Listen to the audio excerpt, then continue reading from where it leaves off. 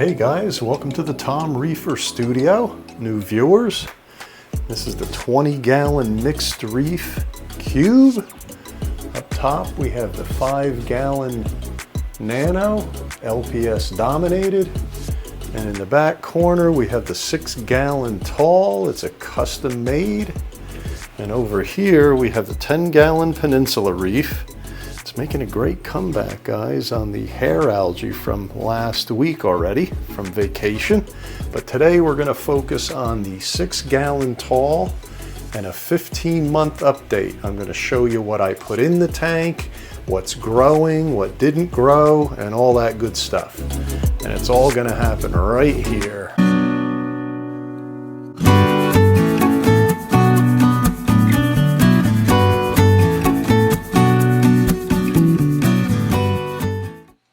Hey guys, just setting up real quick here. So the new viewers, you can see how I set up my studio here for viewing. If you look at the 20-gallon, it's way too bright back there. Now watch what happens. I've done this before. Watch. Ooh, nice. And the 6-gallon, which we're going to be focusing on today, that needs to come down a little bit so it's not too bright back there. Kessel A80 up on top here. All right, there we go. All right, so what happened when I got back from vacation last week? All right, I'm back, guys. Here it is after 9 days. See the algae build up. And I wanted to thank you guys for all the well wishes. Every time I think about vlogging, I'm wondering, geez, are they going to be interested in what I do other than the content of the channel? I appreciate what you guys said. You had some nice comments to make. I'm also going to do this too. I'm up to 141 videos. So what I'm going to do is I'm going to start taking requests. So if you have any request that I make a video of anything, let me know and I'll choose one and I'll start doing those. So when I got home last week, the best tank was the 6-gallon tall in the back. It's been 15 months since I started that tank. I've added some corals to it, and I'm going to show you what's been working in there and what hasn't been working, what happened in the past a little bit, and we'll give it a thorough update. All right, so let's get into it. The two newest corals are the green Nephthia and the Alveopora.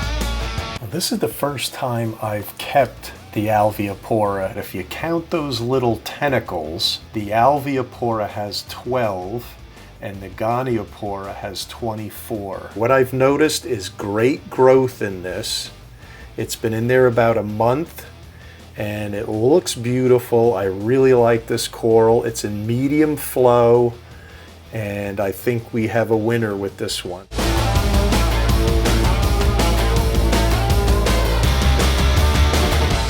This green Nephthia I got from Fish Guy Mike. This one is growing far better than the same size frag that I put in the 10-gallon. So it says something about the Kessel A80 possibly, that light is a better light for this type of coral. But anyway, it's not so green yet, but maybe over time it'll get more green and we'll see what happens. This was kind of cool. Remember when I clipped off my Kenya tree because it had trouble opening and expanding? I had many months of discomfort just looking at it.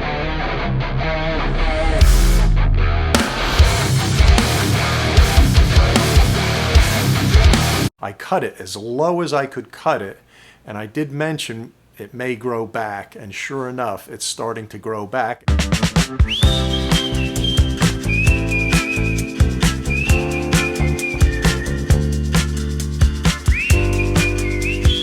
I also took 2 frags of the GSP out of my 20. I put them on the back glass near the overflow area, the overflow box area, so you can't see that. I'm hoping they'll grow in, which they are. They've already stuck to the tank. And what I did is I found some sections of coralline algae and I used some of the BSI gel, and I dried the back of the green star polyp with a little paper towel to get it a little bit dry, and put some glue on it and stuck it right onto the coralline algae, and it's already spread to the glass, which is the key. The snails and hermits are doing really well too, guys. I don't know how many I have in there now. I haven't really counted them, but I don't have one little fiber of hair algae in there. So it's a combination of the tank getting more mature and the amount of snails and hermits. If I had to take a guess, I probably have 6 or 7 or 8 of each in there, and they seem to be doing really, really well and keeping the tank free of hair algae. Take a look at this spaghetti worm. They are the most disgusting thing I've ever seen, but they're not bad for your tank. And I caught one this morning climbing up the glass. Let's take a look at that.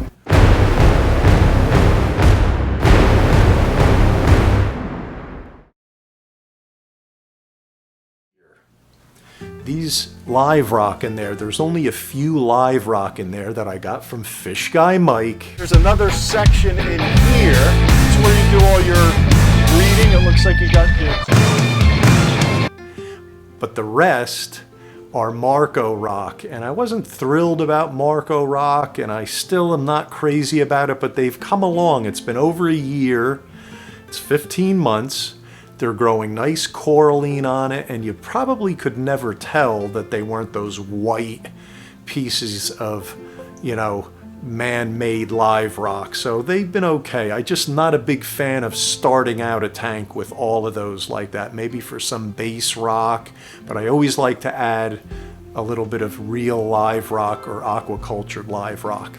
I went through many phases too with the skimmer on this, and I have to say I'm finally satisfied that there is no need for a skimmer in this tank anymore. I had it on, I had it off, I had it on, and I finally said, let's take it off, leave it off, and see what happens, and I'm completely satisfied with it. What I did do that really cleared the water up nicely was I've put some activated carbon just underneath the filter sponge and filter floss, and it's on top of the pump in there, and it's really cleared the water up and makes it look really good. These green mushrooms are amazing.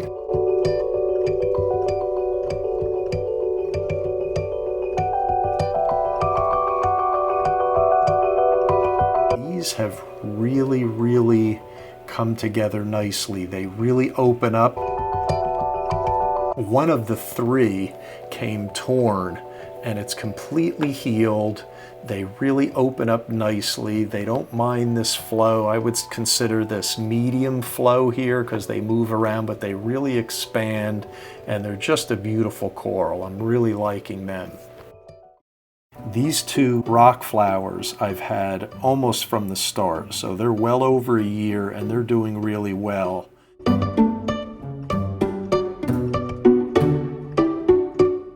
The light cream color one was being harassed by a peppermint shrimp that I put in maybe a month or 2 ago, and I got rid of him right away. I took him out because he was eating from the oral disc and it was causing it to withdraw. The peppermint shrimp is gone. These guys are doing great now. They're beautiful color. I'm thinking about getting a few more of them. Let's take a look at the overflow box.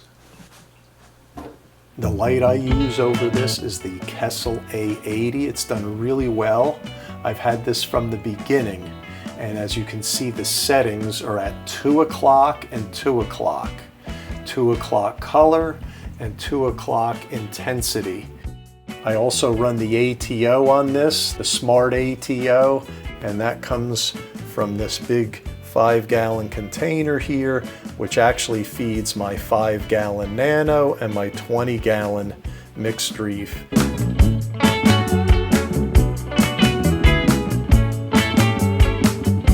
Back here, I just built the overflow box, and all I have in here is some filter floss, a filter sponge under it, a little more coarse, and I run the Seche Nano pump for the return, and I have the HYGGER mini heater back here. So ends another one, guys. 141 videos, man. All right, I think that should do it, guys. What do you think? Geez, I haven't done that in such a long time. I agree. I forgot about that. All right, so have a great rest of the day. Remember, Water Change Wednesday coming up. I have some questions. New viewers, you ask me any question you want or comment out on any of my videos. I'll answer them there, and then I try to get to them on Water Change Wednesday. And don't forget, request something that you'd like to see in a video, and I'll make it happen. It's just going to take time, and it'll go in order.